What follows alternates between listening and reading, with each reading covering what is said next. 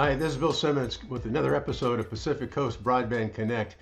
With me is a reoccurring guest, Greg Hayward. Greg, welcome back. We're so glad to have this second chat with you now. And you're just going to be one of those people that once a month or so we kind of talk about technology and innovation and the process and the projects and the things involved. And so I'm happy to have this moment with you. Greg, I want to, as we kind of set up for this conversation, I want to talk about Coastal Trident and ANTX. And you've been an active participant in this regional collaboration for many years. What's your take? How would you describe to others exactly what this is? Well, it, as I understand it, started as a defense-focused orientation demo opportunity for new tech to be introduced to the ports and then subsequently to the Navy. But we're evolving far beyond that in a smart city capacity with FathomWorks out at the Port of Hueneme to be able to show new tech in a smart city realm. So you don't need to be defense oriented to be able to be participatory. You don't need security clearance or anything of that ilk. And the access you have to their assets is remarkable. And I don't think that there's another program that offers the accessibility to vehicles, property, all sorts of different things. So you can show what your company does best and see if there's a match and network with others and learn what they're doing and collaborate and all those positives. So Coastal Trident has really expanded what they started with to be able to really be friendly to entrepreneurs of all sorts. Well, and you're right when it comes to property and venues, I guess would be the word that we describe. I mean, heck, they've in the past have dealt with ships, military or commercial. They've dealt with oil platforms, the port as a facility, just about any kind of space that you can imagine. And so I think you're right that it is a very unique opportunity to address military needs, civilian needs, municipal needs, all kinds of needs in a capacity for test, evaluation, the overall innovation process. It's air, land, and sea as well. You know, you can do drones. They have a 1 million-gallon tank. You get access to their network if you need to be able to do that. So the value of the in kind that you're getting by participating is tremendous and really not available through other venues. So tell us a little bit about your prior experience. You've been at this now for several years, and what kinds of experiments have you been running, as part of the program? I've been really pushing an LP WAN solution and understanding what the variables are and security risks and the different sensitivities that the port and the Navy would have. And so, we've been able to learn quite a lot about that we can now push out in different directions. BroadShare is a broadband sharing opportunity to close the digital divide for children. That's going to be an episode unto itself. We're going to have a whole nother episode about BroadShare in another month or so. But continue on. I'm sorry I interrupted you. It's all good, and this is the thing. We're communicating, we're networking, we're working together to make these things happen, like Trackable Health.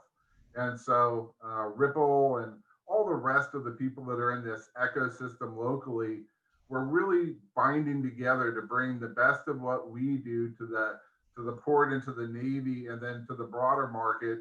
But it's just a great sandbox to be able to jump in and say, all right, let's work shoulder to shoulder and see what we can get done. So let's just talk for a minute or two about technology. When you talk about smart city technology, what kinds of applications are we talking about? In public safety, I guess security, cameras. What else? Absolutely.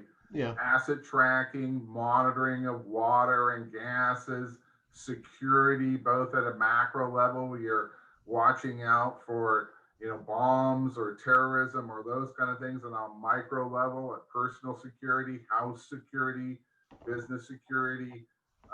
You're automating a lot of things so that it can go 24/7 without a break, without any kind of need for support or those kind of things. And it just makes your environments that much more interactive and sensitive to what's going on where you focus that application. Do you have any ideas about transportation or maybe healthcare as other verticals, if you will, in the smart city apps? Oh, absolutely. And the autonomous vehicle has a place, especially in commercial deliveries and those kind of things for people that can't get themselves around. But there's a problem with the adoption because the latency problem, and that's being able to send a signal from the car to get a decision and get that decision back in a timely manner. So as we erase those kind of little small divides that exist anymore, as we become more willing to share our healthcare data and understand that our healthcare data can be used to improve our health, it's just like the parking, spot metering. If you rely on a parking spot metering app and you go to an open parking spot quick, you're real happy and you use it again. Yeah. So we have to build trust. That's a big part of the smart model is that no matter how good the tech is, if somebody doesn't trust it, they're not going to use it. So when you're talking about dealing with children or health or seniors or monitoring, tracking, or those kind of things, there's a lot of civil liberties that have to be considered. And again, the trust issue. So it's not just a technical hurdle that we're going to face. It's we've always done it this way. Why would we change hurdle that we're going to face? So let me see if I can encapsulate this and summarize what we've talked about so far. If you're a company or if you're an inventor or if you're an entrepreneur, there's this unique opportunity, Coastal Trident ANTX, where you can actually make connections and try to create something that you can use with military or first responders or other users within governments. Right? Am I right so far? Yes, correct. Yeah, and so it's a tremendous opportunity to take the idea to some sense of potentially reality, I guess, huh? Absolutely. And if you participate in like the SBIR program or other government grant programs, they like to see you're participating in an environment where they want to put an application. So your proof of concept for them could be facilitated by participating in Coastal Trident. So, who do you recommend if somebody was interested, somebody seeing this podcast, who should they call? You, me? I mean, obviously, we can certainly refer them to the right place. Any other suggestions? The Coastal Trident website, you just put in Coastal Trident 21 into Google, you'll find the website. Brendan Applegate is the principal that you would want to contact, but there is a contact us button there. So if you have any questions or anything else, you can go to the Broadband Consortia website as well and send us a question. We're glad to help. We want people to get involved. So once again, I'm going to give a little spin and I'll let you have the last word. This exercise is ideal for smart cities. And that's why the Broadband Consortia is part of it. We're looking for every and any kind of ideas and innovations and capabilities and technologies that we might be able to match to people in our communities, in our public as well as civic sector that'd be interested in it. And we're really wanting to reach out to everybody to let them know that this is happening and to invite their participation. Did I leave anything out?